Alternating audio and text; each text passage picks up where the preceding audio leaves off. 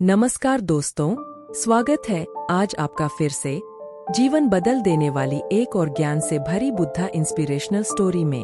आज की ये कहानी जीवन की छोटी बड़ी तमाम तरह की समस्याओं से परेशान इंसान को समाधान देगी। एक किसान अपने गांव की परेशानियों से बहुत दुखी था।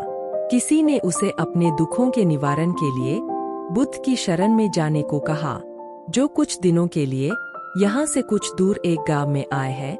वह निश्चय ही तुम्हारे सब दुखों का निवारण करेंगे। यह सुनकर किसान बड़ी इच्छा से बुद्ध की शरण में गया, यह सोचकर कि बुद्ध उसे उसकी समस्याओं, मानसिक पीड़ा, तनाव और दुखों से मुक्ति दिलाएंगे।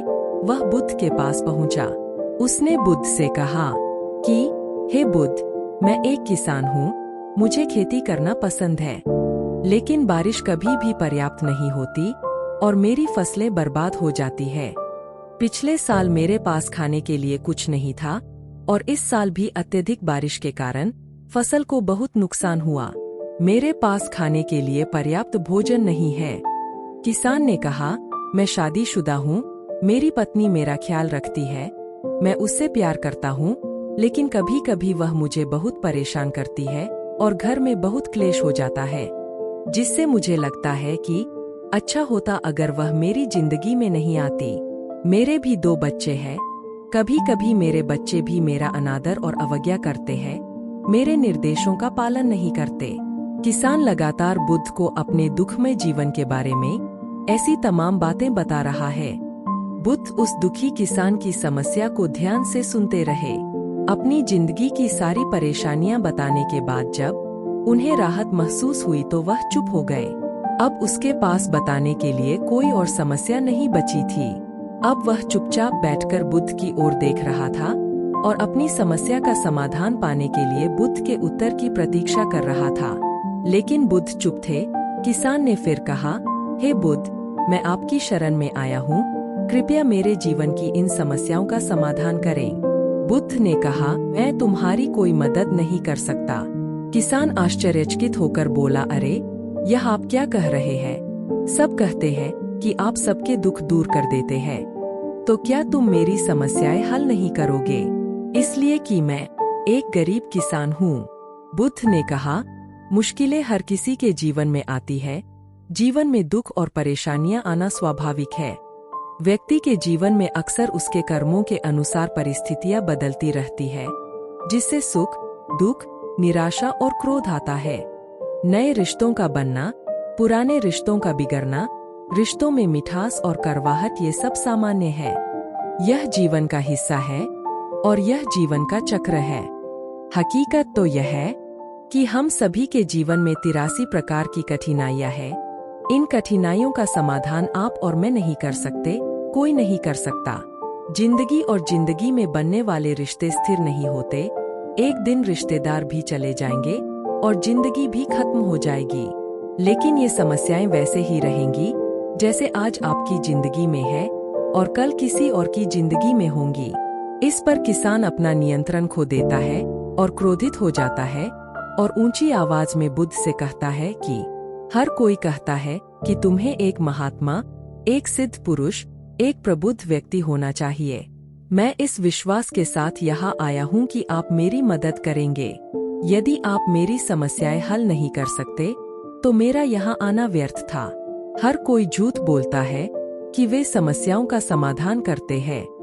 आपने मेरी एक भी समस्या का समाधान नहीं किया। तुमसे अच्छे तो वह महात्मा है जो 2 वर्ष पहले मेरे घर आए थे। उन्होंने मेरे लिए यज्ञ कराया, दान दक्षिणा दिलवाई और मेरे मन को असीम शांति मिली। कुछ सुख भी बढ़े और कुछ दुख भी कम हुए, लेकिन तुमने मेरी कोई भी समस्या हल नहीं की। तुमने मुझे सीधे तौर पर मना कर दिया। बुद्ध ने कहा, क्या वह सब करने से जीवन के सारे दुख समाप्त हो गए? इतना कुछ करने के बाद भी अब आप इतने परेशान क्यों हैं? अब आप पहले से भी ज्यादा दुखों से घिर गए हैं। तात्पर्य यह है कि जीवन में दुख कभी समाप्त नहीं होते। किसान बोला, तो क्या मैं मान लूं कि तुम मेरी मदद नहीं कर सकते? यदि आप ऐसी छोटी छोटी बातों का समाधान नहीं कर सकते तो आपके उपदेशों का क्या लाभ? बुद्ध ने कहा, मैं तुम्हारी 84वीं समस्या का समाधान तो नहीं कर सकता, लेकिन हाँ, मैं तुम्हारी 84वीं समस्या का समाधान अवश्य कर सकता हूँ। किसान आश्चर्यचकित हो गया और बोला, 84वीं समस्या क्या है? बुद्ध ने कहा, यानी कि तुम अपने जीवन में कोई समस्या नहीं चाहते। आपकी सारी समस्याएं इसी समस्या के कारण उत्पन्न हुई है।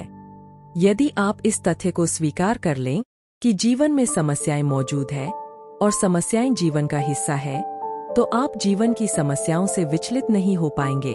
आप जीवन में आने वाली समस्याओं से विचलित हो जाते हैं क्योंकि आपको लगता है कि आप दुनिया के सबसे दुखी व्यक्ति हैं, जबकि सच्चाई यह है कि हर किसी को अपना दुख सबसे ज्यादा महसूस होता है। लेकिन जिस दिन आप यह समझने लगें कि मेरा कष्ट अन्य लोगों की तुलना में बहुत कम है, उस दिन से कोई भी दुख आप पर प्रभाव नहीं डाल पाएगा। जब तक आप नहीं चाहेंगे कि आपके जीवन में कोई परेशानी न आए और आप हर दुख दर्द से बचे रहें, तो यह संभव नहीं है। ऐसे में छोटा सा दर्द भी आपको बेचैन कर देगा और आपकी मानसिक शांति भंग कर देगा।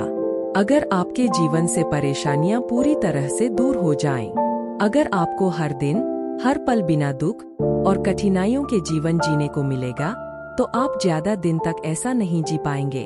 एक समय आएगा जब आप हर दिन एक ही तरह की जिंदगी जीने से पूरी तरह से तंग आ जाएंगे और ऊब जाएंगे, क्योंकि जीवन में किसी भी चीज की अधिकता जीवन के लिए भयानक समस्याएं पैदा करती है। आरामदायक जीवन जीने से आप मन और शरीर दोनों से विकलांग हो जाएंगे। तो ऐसे जीवन का क्या फायदा जो बाद में आपको नर्क जैसा जीवन जीने पर मजबूर कर दे। जिस तरह खाना खाने का असली आनंद तभी मिलता है जब बहुत भूख लगी हो, और पानी पीने का असली मजा तभी आता है जब बहुत प्यास लगती है, उसी तरह जीवन के तमाम दुखों और परेशानियों को झेलने के बाद ही खुशी का आनंद मिलता है। इसीलिए जीवन में सुख और दुख अलग अलग रूप में आते रहते हैं। हम चाहकर भी जीवन से सुख दुख को खत्म नहीं कर सकते, लेकिन उनसे इतना ऊपर जरूर उठ सकते हैं कि कोई भी बड़ी समस्या मन को विचलित न कर सके। इसके लिए अपने मन को शक्तिशाली बनाएं, धैर्य रखें, प्रतिदिन आध्यात्म का ध्यान करें। यह आपके जीवन की सभी समस्याओं का समाधान है। इसे जीवन की चतुर्मुखी समस्या का समाधान कहा जाता है। महात्मा बुद्ध का यह अद्भुत ज्ञान पाकर किसान संतुष्ट हो गया और उसका मन बिल्कुल हल्का हो गया। मन में जो समस्याएं परेशान कर रही थीं, उनके प्रति जिज्ञासा शांत हो गई। किसान ने अपनी आंखें बंद कर लीं और आनंद का अनुभव करने लगा। किसान को समझ आ गया कि वह अब तक क्या गलती कर रहा था और वह बुद्ध के चरणों में गिर गया। तो दोस्तों, मुझे उम्मीद है कि महात्मा बुद्ध की इस कहानी हमारी वीडियो के माध्यम से आपके जीवन की कई समस्याएं समाप्त हो गई होंगी या कुछ समस्याओं का समाधान मिल गया होगा। धन्यवाद दोस्तों, मिलते हैं फिर अगली वीडियो में।